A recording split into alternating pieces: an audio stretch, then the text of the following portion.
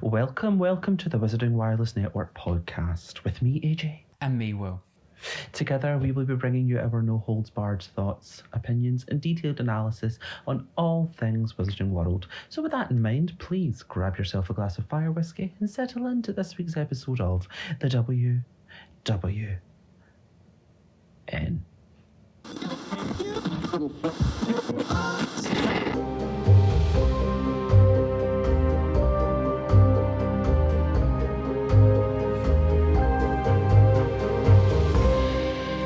Welcome to the Wizarding Wireless Network with your hosts AJ and Will, streaming to you on all of your favourite podcast providers and on YouTube. On today's episode, we'll be talking about all things spooky and Hogwarts Ghosts. Hogwarts Ghosts indeed. So, question of the hour, William. Who is your favourite Hogwarts ghost and why? So I am going to be blatantly biased with this, and it's obviously going to be the Bloody Baron. Ovs. Tell me for why.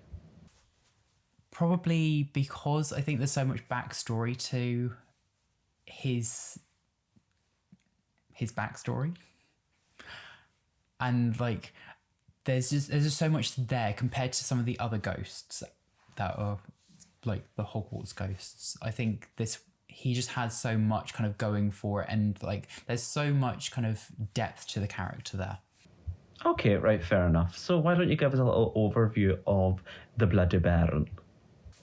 So the Bloody Baron is a character who used to be actually called just the Baron until his demise, which is where he got his bloody title. Okay. So his kind of thing was he was like a henchman, and we learn later on in the Deathly Hallows that actually his demise came about because of chasing down Rowena Ravenclaw's daughter. Helena Ravenclaw. So Helena ran away, stole the diadem, and the Bloody Baron was sent to retrieve her. He wanted to have her run away with him, but come back to the, let's say, city, town, castle. Mm-hmm. She refused, so in his rage, killed her. In remorse and despair, ended up killing himself as well. It's almost kind of like what's the word I'm looking for? It's like an anti-Romeo and Juliet. Yeah, in a way. It's very much that. Yeah. And actually, that whole backstory is the reason why he goes around the castle with the chains on. Mm-hmm. So it's his kind of penance for murdering Helena. And I assumed that the chains were an addition after he died. I don't imagine that he killed her, then found a convenient set of chains, wrapped it around himself, and then just thought, right, fuck this, I'm out. Oh! and then killed himself. No, so this actually kind of got me thinking, was the whole process of the people who die in the clothes that they were wearing, and that's what they wear as ghosts. Now, interestingly, with the Bloody Baron, obviously, he had the addition of chains after he died as a ghost. Yeah. And it kind of makes me wonder, is there a way of, like, when you die, like, dictating what it is you wear as a ghost? Because obviously this is what you're going to wear for the rest of time. Do you think there's like a little post-mortem fashion consultation with whoever is up there, down there, over there? And just be like, okay, so like you're dead, but your fashion sense doesn't need to be. So here's what you could wear, but you can only pick one. It's kind of like the Family Guy ghost, where he's just like, he struts in and he goes, "Boo to that outfit." Yeah, basically. Yeah, 100%. That's going to be Madame Malkin's gig after she departs this mortal coil. She will take over as like, she will be like custodian of the departed wardrobe.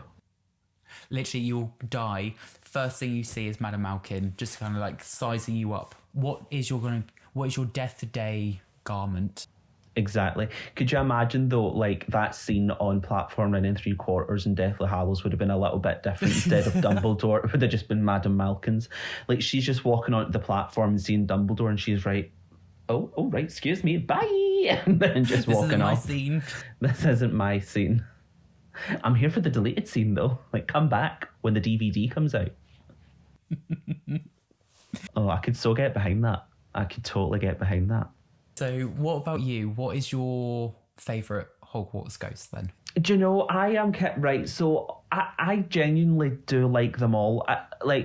There's not really much more I can say. I find it a little bit bizarre though that for a castle that is inhabited by so many ghosts, you actually only really hear about 6 in the franchise, with the exception of Peeves, who would make number 7. But whether you call him ghost, poltergeist, it's a bit difficult to say where he falls into that category. But obviously you've got the 4 Hogwarts house ghosts. So you've got Nearly Headless Nick, the Grey Lady, the Bloody Baron, and the Fat Friar, Professor Binns, and Morin Myrtle. But out of those 6, I don't know why, but I find the Fat Friar genuinely so charming. I find him so endearing. I was doing a little bit of research on him, and I find it so sad, like the way that he ended up dying, and I find it yet quite comical, if I'm being honest. So basically the Fat Friar, he was at Hogwarts pre 1000, pre 1000 AD, and he was taught by Helga Hufflepuff, and he was very skilled at healing magic and also transfiguration magic. But the way that he got found out that he was a wizard, so as it turns out, when he left Hogwarts, he basically became like a priest or a friar. So he was in some way involved with the Catholic Church, and the authorities at the time basically got wind that something wasn't quite right with the way that this man was able to cure people of pox by just poking them with a stick. So they, got a bit suspicious. He wasn't just popping them. No, it was just basically like walking up to them, like prodding them with his wand and like, oh, you're now cured of all ills. So the Catholic Church got a little bit, suspicious about that, as you rightly would. That, and also the fact that the Fat Friar was known for pulling rabbits out of the communion chalice. I mean, livening up daily communion. Well, exactly. So they basically came up with the fact that, bit suspicious. So what we might do is, kill you. So your time's kind of up. So we are going to now kill you. And after he sadly died, he then decided to return to Hogwarts as the Hufflepuff house ghost, where he spent the majority of the afterlife within the castle, along with the rest of the Hogwarts ghosts. But even though after he died, he still maintained his joyful demeanour and was just a nice guy, all in. A little nice guy, all in. But I think, he's just such a cute wee man. I must admit, he is probably one of my favourites. Now, the interesting thing was that I picked up, just kind of going back to the Fat Friar, I mean, interestingly enough, it doesn't actually go into any detail about how he died. All the other 3 get quite a decent, backstory of, this is physically how they died. The Fat Friar, I mean, was he burnt? Was he poisoned? Well, see, this is the thing. I've just said, the Catholic Church have killed him because, back in the day, they were quite notorious for killing people who weren't Catholic. So I'm putting, 2 and 2 together, very much like they did, and coming up with the fact that he was probably, would he have been burned? Because then again, there was whole other accounts of these witches and wizards getting burned at the stake back in the witch trials, and then just not getting burnt because they were able to put a tickling charm on the flames, so it just irritated them instead of burning them. But there is not a lot of detail as to how this man died. Whereas, like you said, you go into the details of the other Hogwarts house ghosts and you find out exactly how they died. Like Sir Nicholas, he ended up dying after his wand was taken away, so that's why he wasn't able to save himself. And then, as we've spoken about the Bloody Baron, and we'll come on to the Grey Lady. So it is interesting that the fact that is not mentioned. I feel like we could just write our own ending for his story. So we do a bit of headcanon for the Fat Friar. a little bit of headcanon for the Fat Friar. However, I feel like we need to get the approval of some Hufflepuffs because you or I are not Hufflepuff. No, we cannot speak for the Hufflepuff ghost. We cannot speak for the Hufflepuff community. They are sadly underrepresented at the best of times without us weighing in. But my personal opinion is that he was killed by the Catholic Church. How though? I don't know. I defer to my colleagues in Hufflepuff House for that. If you've got any theories, just let us know. Yeah, please do. Please do. So you touched upon like Niddlyhead's Nick having his wand taken away. So tell me a little bit more about your own house ghost, Niddlyheadless Nick, and his demise. Okay, so as we know, the great and glorious Sir Nicholas de Mimsey Porpington, or nearly Headless Nick, but he prefers Sir Nicholas if you do not mind. So he was a man who was alive back in the day. He was in the court of Henry VII, and he associated quite openly with muggles. And he, as far as we're aware, it wasn't really known that he was openly a wizard, but it came to pass that when he was in Henry VII's court, he walked past a woman by the name of Lady Grieve in the park, and he noticed that she had crooked teeth. So as a little helping hand to her, shall we say, he agreed to straighten her teeth, but his attempt to do that backfired and she ended up growing a tusk. Not what you want. Not exactly what you want. Now, as a result of that, Sir Nicholas was then taken into custody. His wand was removed from him, and he was locked in a dungeon and sentenced to death. The following day, a priest came to his cell to comfort him, and he eventually became a gibbering wreck at the site of his execution. Now, as we know, that he did not part company with his head fully. Now, the executioner's axe was blunt, so the grindstone that was used to sharpen it was lost. And it took... Do you know how many hacks it took to kill Sir Nicholas in the end? Going by Harry Potter, I'm going to say 7. 7? No. No. No. It's such a random number and I would never have got that, to be fair. 45. 45? Yeah.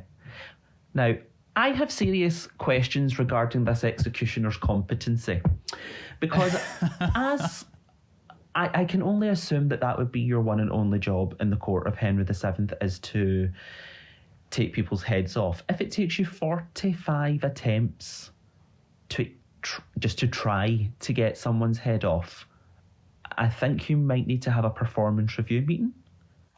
Well, I feel like he definitely had his head removed when Henry VIII came in. Do you know what? I mean, say what you want about the man, but he was efficient. Exactly. He was efficient. Saying that, though, he did defer to the French to come and take people's heads off. Well, I only know for Anne Boleyn. It was a French executioner, and it was a sword, not an axe. That's about as much as I remember. But what I can tell you is that Anne Boleyn did die on the 19th of May, 1536. That is my useless piece of historical trivia for a pub quiz. I'm still waiting for it to come up. 27 years I've been waiting. Is that because you have seen 6 multiple times and that's come up? No, I seen that. Well, it was a process of elimination because I remember a quote from the Vicar of Dibley, and that mentioned 1534 about when the Church of England was made, and then I was obsessed with watching the Tudors TV show. Do you remember that? No, I never actually watched it. Surprisingly, it's one of the only TV shows that really piqued my interest, but I never actually watched. Oh no, it was fabulous. You should watch it. Natalie Dormer was in it, and she played Anne Boleyn. So this is before Game of Thrones, Hunger Games fame. She was absolutely phenomenal in that. But for some reason, that just stuck in my head. But then, coming back to our dear old St. Nick, he eventually died, and he came back to Hogwarts and became the Gryffindor house ghost. Desperately tried to join the Headless Hunt, but was never allowed by Sir Properly Decapitated Podmore. And the rest is history. as they say. Cut to 1991, we're at the Gryffindor feast, and he makes his grand appearance, as portrayed by the one and only John Cleese. The amazing comedian. Yeah, Basil Fawlty. Exactly. Monty Python. Here for it every time. Yeah. But yeah, Nearly Headless Nick, good laugh. What I will say is, do you remember in the Chamber of Secrets film where Nearly Headless Nick gets petrified or died again? For some reason, that movie still of him floating with the steam coming out of his ruffle, it terrified me to a cellular level as a child. At like sleeping with the light on type thing. It absolutely terrified me. God only knows why. I think seeing Chamber of Secrets so young, I think there is a lot of scenes in there that could easily like scare you. Mm-hmm. And I can see why. I can see why that really stood out for you. So like after the whole petrification bit though, the thing that still makes me laugh though is the fact that, so obviously when Justin Finch Fletchley got petrified, he was then carried up to the hospital wing by Professor Sinistra and Professor Flitwick. I think I know what you're going to say. Yeah, they didn't know what to do with Nearly Headless Nick, so Professor McGonagall conjured a fan. She conjured a large fan and gave it to Ernie Macmillan with instructions to waft the ghost up the stairs. Could she not have just asked one of the other ghosts to give him a hand? Because they can touch each other. Well, yeah, very true. Hindsight's a great thing. Talking of the other ghosts, let's touch upon Helena Ravenclaw, the Grey Lady.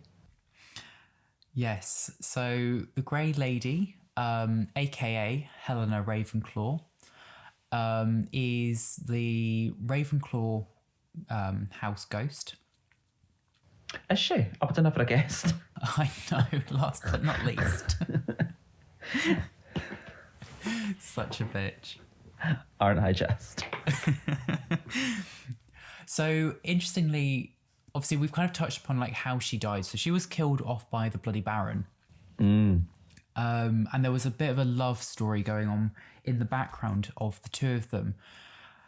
The interesting thing was she's one of those characters that was in the films where obviously they didn't really know how much of an important character she would be in the Deathly Hallows. They just kind of thought it was just another house ghost.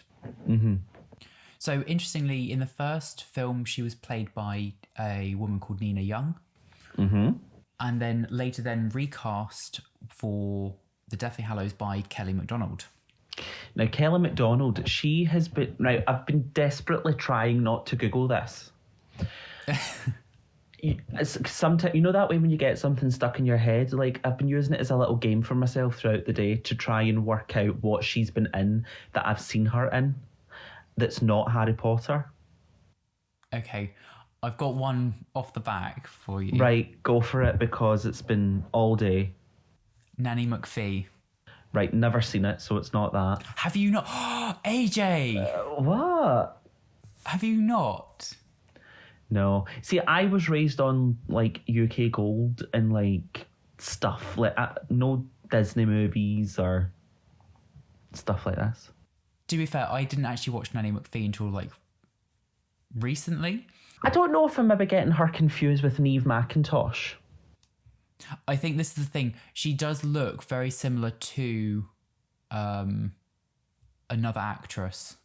Anyway, yes, so coming back to Kelly MacDonald, the Grey Lady.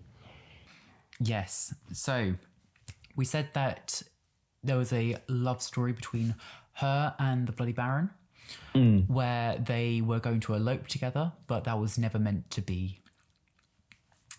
He stabs her in the chest, and she is then left as a ghost and wanders about the Ravenclaw common room. Interestingly, though, one of the other places that she frequently visits is where she died, which is the Forest of Albania. Now, I've got a few things to say about that. Even back in the day, if you're having a bit of emotional turmoil. You don't tend to leave Scotland to go to Albania to clear your head. It's not the first destination. No, it really is not. I have serious concerns over that. Her mental well-being was seriously not good, to say the least, if she's deciding to go to Albania just to get away from it. And not to mention, she's also then going to Albania after she's died to revisit the place that she died. It's like returning to the scene of the crime. Exactly. Not that you've got any trauma about what happened at all. Just that's just something that you want to do.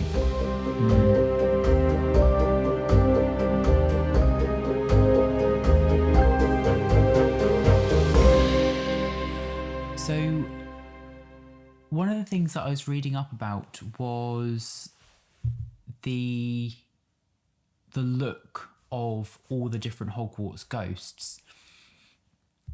And what kind of surprised me, so this is obviously more in the film than it is in the books. Yeah. And the lead designer for the costumes of the ghosts went for different eras for each ghost. Okay. And again, it kind of falls into the trap of they didn't really know the connection between the ghosts themselves. Mm-hmm. So the Grey Lady is very much Renaissance era. Mm-hmm. You've then got the Fat Friar, generic monk. Mm-hmm. And Nearly Headless Nick obviously then fits in between that kind of Elizabethan era and Jacobean era. Mm-hmm. Well, the thing is, when it comes to Nearly Headless Nick, we know when he died. So he would have died in 1492. So that, like, very much Tudor, like pre-Elizabethan. Yeah, very much Tudor era. So this is where I'm getting a bit kind of taken aback by with the costume choices, because if we know that Nearly Headless Nick died back in the Tudor period, why is he then dressed in Elizabethan and Jacobean era? Because Jacobean was actually even after Elizabethan. So we're talking about like 1600s. Mm-hmm. And then likewise, you've then got the Bloody Baron, who's in Rococo era clothing. And so, do you know who the Bloody Baron always reminds me of? Like, especially the one, the film portrayal. Is it like Charles the First? You know, the Roundheads and the Cavalier type thing. It's like giving off. It's very gunpowder plot. Yeah, no, I completely see that with that. I mean, it's not the look it's not the thing that triggers in my head when I see him in the films. All right, okay. What is it for you? You know, Jason Isaac, when he plays Captain Hook in the live action Peter Pan, that's the only thing that comes to mind when I see the Bloody Baron. Saying that, I haven't seen Peter Pan, so. Have you not? No. AJ, I know. We need to do a movie night. I need to get you to watch all of these films. I know, it's so bad. Like, virtually all the Disney movies that I'm supposed to have seen, I haven't seen. And there's so many other movies that I just didn't see as a child. This is like classic, like Jason Isaac and Robin Williams. Like, flew. Is he in that? Yeah, so Robin Williams plays Peter Pan. Does he? Yeah, so the whole premise is Peter Pan's gone away from Neverland and grown up and become an adult. Ah, okay. It's a good film. It's definitely like a Christmas film, and it's usually on actually at Christmas time. So if it's definitely one to watch. Okay, I will take your word for it. It's a very fun film.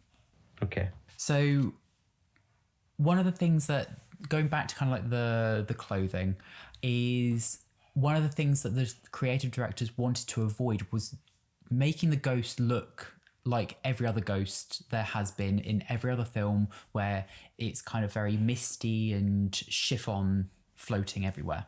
Yeah, like ethereal. Yeah, so what they wanted to avoid is like head to toe chiffon with like the eyes cut out. Okay, fair.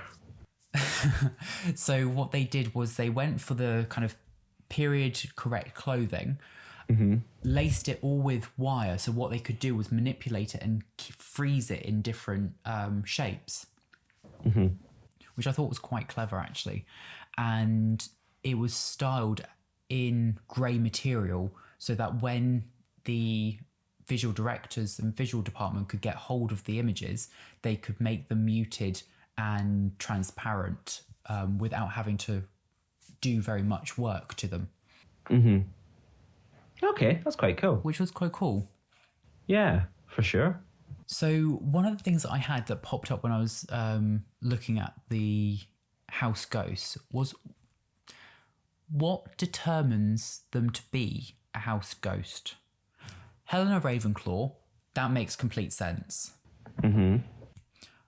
But the other three, Yeah, it's like, yeah, you're sort of kind of stuck. It's like, yeah, they were in their respective houses when they died, but they had left Hogwarts, so it's just a bit bizarre that they decided to then return to the castle. they had no other connection besides having been students there. Exactly. Is there a job application? Well, I know, very true. Very true. Do you think Professor Binns is the person who interviews for House Ghosts? Most probably. Yeah, I could see that. I could see that happening. What's some of the job criteria? Well, obviously need to be in that house. Yep. There is an audition to see how loud you can say boo. Scareability. Yes, scareability. And you've also got to have a really sad backstory. Yeah. It's almost like the X Factor. It is. You've definitely got to make sure you haven't got you've got all the judging panel on board. Yeah. Yeah, I mean, it sounds pretty decent, I suppose. I mean, the bloody Baron, yeah, very sad backstory. Very scary, arguably. Sir Nicholas, he would be, like, oh, I'm like, you feel sorry for him. Yeah, and exactly.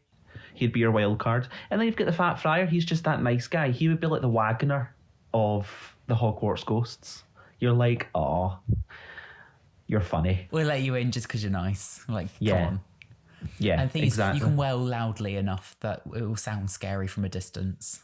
Exactly. Makes me wonder though, because obviously then you've got Professor Binns, like the like I suppose resident teacher Hogwarts ghost. Tell me a bit more about Professor Binns, because actually he's one of the other ghosts that we haven't actually kind of talked about yet. So give me a bit of backstory. Well, Professor Binns, there's not really much known about him except the fact that he does teach history of magic. He's been at Hogwarts for years and years and years, and essentially he died arguably a boring death compared to these other ghosts, but in reality a very nice one, because he literally just died in his sleep and woke up the next morning as a ghost to go and teach his class. So he just got up from the staff room chair, left his body behind and carried on as normal. So arguably, did he even know that he had died? I don't think he did on that first teaching. He just kind of walked into the class and just got weird looks and just was like, yeah, what's wrong? Exactly. But I mean, throughout the franchise, Professor Binns is essentially painted to be that teacher who would bore you to death, because all of the pupils essentially just fell asleep whenever he taught them about anything. But interestingly enough, in the book adaptation of The Chamber of Secrets, it was actually him who told the pupils about the legend of the chamber, as opposed to Professor McGonagall. See, I would have quite liked that actually in the films, to give you a different teacher within Hogwarts. Yeah, absolutely. Because I would personally have liked to have seen him in the films. Well, exactly. It just gives you another element of the school, because I think it would have been the perfect opportunity, because you've got year 1, introduction to McGonagall, Snape, Professor Quirrell. Exactly. Year 2, You've then got introduction to the new Defense Against Dark Arts teacher, Professor Sprout, and then Professor Binns. And then you've got year 3, which is then introduction to, again, new Defense Against Dark Arts teacher and Professor Trelawney. Like, it kind of just keeps building on to the different classes. So it would have made complete sense to have that. And I kind of don't know why they didn't stick with Professor Binns. Exactly. Which is a shame, really, because, I mean, I albeit he's boring to the pupils, I quite enjoy reading bits about him in the book because he's not one of these well-known teachers. But I think as well, he's the only teacher who has a ghost in the franchise, but we also have a ghost who is the only pupil in the franchise. Or we have, how am I trying to say this? What am I trying to say? Yeah, we have a ghost who is we have a pupil who is the only known ghost. I'm trying to segue into Moaning Myrtle. So we have a ghost. We have a ghost that's the only known ghost pupil. We got there. We got there. Tell me about Moaning Myrtle, Will. So, Moaning Myrtle, yes, she is the only known Hogwarts ghost who is a Hogwarts pupil because she died while still a student. And so sad that she still cries about it to this day. She's still wailing. So, Moaning Myrtle was a student back in the 1950s and at school with the Tom Riddle. I'm not being pedantic here, but was it not the 40s? Because if she died over 40 years ago and it was 1992, over 50 years ago. Yes, it would have been 50 years from 90s. Sorry, that was my bad maths. I was working it out from 2000s. So 1940s. So she was at school with the Tom Riddle, or as we now know him to be Lord Voldemort. And she was constantly teased and taunted and bullied and would regularly go to the girls' bathroom to cry. Same. Yeah, me too, all the time. Same, hun. And one day she was taunted, ran to the girls' bathroom and met her fateful demise at the eyes of a basilisk. Not ideal. Not ideal at all. Face down in a toilet.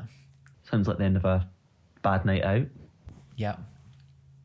So she now haunts the girls' bathroom and goes around the pipeworks of Hogwarts, which I always find a bit weird and a bit strange. Because if you're just using the toilet and just she pops up.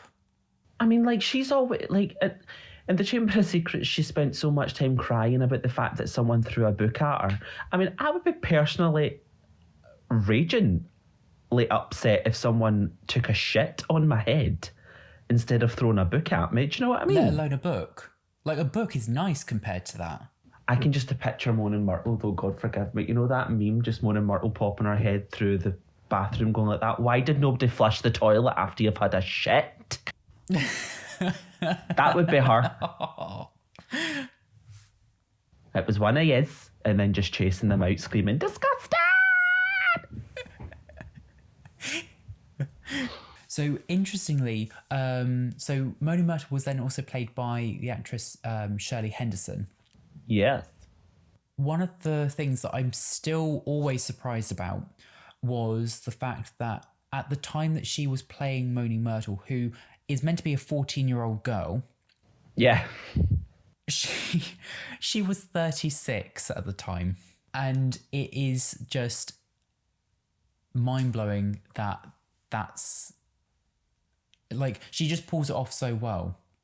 And interesting, one of the things that she said in an interview about how she portrayed Moaning Myrtle was that she would go off and she would physically start to cry off set. So when she then came to her lines, she would have this kind of blubbering. That's quite good. Yeah, which I always thought was quite like an interesting touch, because when you do listen to her back, it is very much like she's choking on tears. So it just all adds that effect. It does. I really like Shirley Henderson's portrayal as Moaning Myrtle. She's very funny, I think, at doing it. But she's also in one of my other favourite films. She's in Bridget Jones's Diary. Oh, yeah, she is, isn't she? And ironically, her first scene in Bridget Jones's Diary is her in a bathroom crying. Typecasting. Typecasting. Pigeonholed for life. We need somebody to cry in a bathroom. Shirley. It's Shirley. Get Shirley on the phone. Someone bring her agent. I know, get her. Moving on to last but not least, the elephant in the room. Mm-hmm. Peeves the poltergeist. I'm just going to let you take over for this one because we know that you don't like him, so just spill your tea, William. Just go for it, you know. So, since last week's episode, I've been racking my brains as to think, why is it that I don't really like Peeves that much? Because he's not someone who's in the films. In the books, he's not really annoying. So I was just very confused as to kind of like, I was really racking my brains as to why do I hate this person so much? And it suddenly dawned on me what it was. It was when I was playing the Harry Potter games. Okay. And I think it was predominantly, the Philosopher's Stone. And it's the scenes where he will pop up and he will just talk in rhymes. And he's got this really irritating voice. And it was back in the day where the cutscene wasn't slick and you would have to listen to every line and you could only skip a line at a time. Mm-hmm. I think it was those games that have made me really hate him. So there's my little rant over, and that is my justification as to why I don't like him. Okay, fair enough. So it's a deep rooted, it's an embedded trauma from childhood, let's just say. Okay, well, fair enough. So with Peeves, I mean, it's a bit of a contention point as to what should we include him in this episode, but I think keeping it very spooky and Halloween-y, we're gonna include him in. Yeah. So Peeves is not a ghost, but a poltergeist. No, poltergeist. And interestingly, the word comes from a German word which means noisy ghost. Noisy ghost. Obviously, Peeves is a poltergeist. Poltergeist.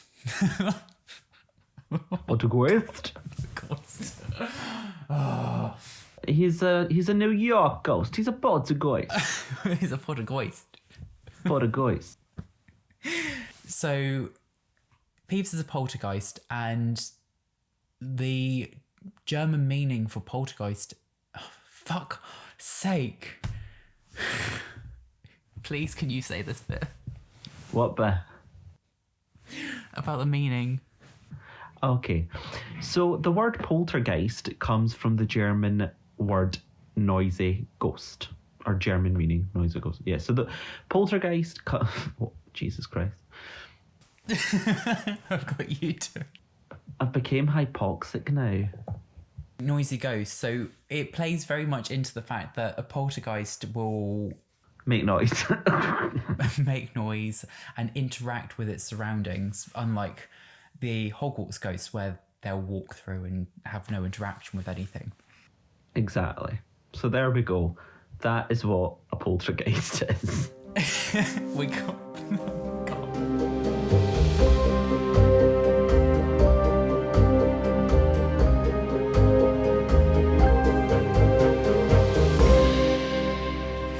But interestingly, linking actually Peeves to the Hogwarts Ghosts, did you know that the Bloody Baron is the only person, alive or dead, that actually can control Peeves? Well, with the exception of Professor Dumbledore. I think he more has authority over him than actual control. And even with the Weasley twins, they're not necessarily controlling peeves. No, they're just pals. Exactly. They have a mutual understanding. Yeah, they certainly do. So yeah, there you go. That is the Hogwarts Ghosts. Now, we did task each other earlier with trying to come up with our own Hogwarts ghosts. I did one for you, but not for me. Okay, do I dare ask? Right, okay, so I think you would have died in some form of magical accident. As in, so you as a ghost would be seen haunting the hospital wing, going around doing rounds alongside Madame Pomfrey. Okay. But more so, you'd be like telling her what to do, and she'd be like, right, I get that. But she can't get rid of you. But it's all in good fun, because she just goes like, okay, yeah, I accept your expertise. Thank you very much. A haunting matron. A haunting matron, like every matron. Standing over your shoulders. Essentially, clipboard in hand. You would have the Dolores Umbridge clipboard in quill, like a plumage. It wouldn't even be a quill, it'd be like a plume. It would like go over the clipboard, down your shoulder, and onto the floor. Imagine a quick quotes quill, but like 10 times longer. A quick quotes quill boa. Exactly. But you would have died in a very noble way of, it's like catching the disease you were trying to cure. Oh, that's actually very thoughtful. I was expecting a bit more of a catty remark. No! You died doing what you were... You died... Oh my God, I am absolutely having a stroke this evening. You died doing what you loved. Well, job-wise. Well, yeah, true. You die... You died shackled in the dungeon. You just hear you and the bloody Baron coming about, rattling your chains. Right, go for me. I dread to think. So I put you down as a Quidditch accident. Okay. So you haunt the Quidditch pitch and the that kind of like, not changing room, but like that kind of the no, not the changing room. You know where they're kind of like planning out the match. Oh yeah. Oliver's talking about the board. Yeah. You would kind of like haunt that area and the stadium. Okay, fair. I put you down as a Quidditch accident where you... If you say bludger to the head, I'm going to scream. No, I had it that it was you trying to save a goal and accidentally falling off your broom from a height. And I could take that. Yeah, it's fairly decent. so I had that as your one. I'm just trying to think now, like, would I have broken bones? Would I have broken neck? Yeah, very much like a Haunting of Hill House. Oh, that's quite cool. The bent neck lady. See? Yeah, that's pretty decent. I like that. Yeah, I'd like pop my head out for Halloween. Just like put it there. Just put it on the one side. You can file a petition with Nearly Headless Nick to join the Headless Hunt. I know, you just see us floating about fuming. I mean, like, my neck is technically detached from the spine. It's internally decapitated. Exactly.